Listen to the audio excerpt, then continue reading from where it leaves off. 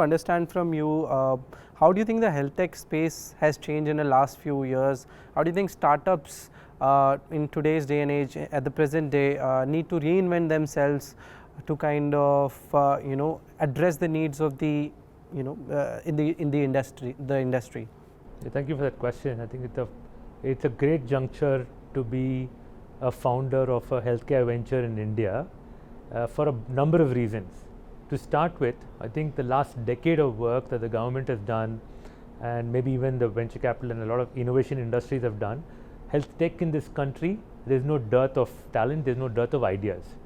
Combine that with the fact the work that's happened in technology and in communication, be it AI, digital solutions, or the protocols and communication, the DPIs that's happening, it's made a fantastically conducive environment for health tech companies. But what is changing is after all these years of development, I think now is the time of reckoning, where folks have to start commercializing the solution. It has to be now seen to be part of the industry and in the healthcare continuum. I think that transition is going to take some time. It is going to be painful, because now is the time when startups have to start seeing cash flow. They have to figure out who is their customer, how the healthcare industry is going to integrate their solutions into their own pathways. Yeah, so it's an exciting time. It's also not an easy time, but I think we in India are very well positioned to reap the benefits of all the innovation that's been created over the last few years. Do you think there is enough support available at this time for that innovation to spur? See, let me give a qualified answer there. I think honestly, the biggest supporter has been the government, right?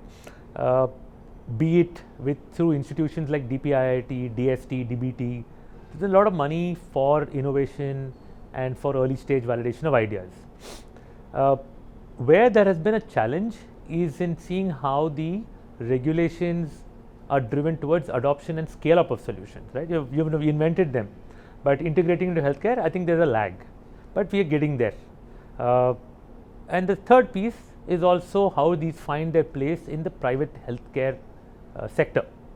We are too used to importing or too used to looking at a different source, that we are only now waking up to the options available in India. Like, for example, Made in India is now a great tag. You even saw a GE healthcare machines stall there with Made in India. You're seeing a lot of startups even here at Cahotech, which are completely made, designed, developed in India, which the industry is considering actively. Just the fact that Caho runs a Cahotech and is awarding, which has the medical fraternity judging and awarding startups, itself is a testimony that the private sector is also integrating them. We're in the midst of a time where the funding winter has hit all sectors, and health tech per se is hit very badly.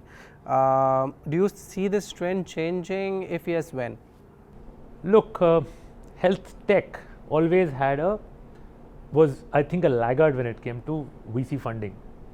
The amount of even in whatever money came in healthcare went to marketplace like model, right? 1mg and such, or a fair number of some transactions which happened in diagnostics, which could see some amount of margins. But when it came to services or expanding markets into rural markets, peri-urban, looking at the poorer segments, primary healthcare, the models didn't exist.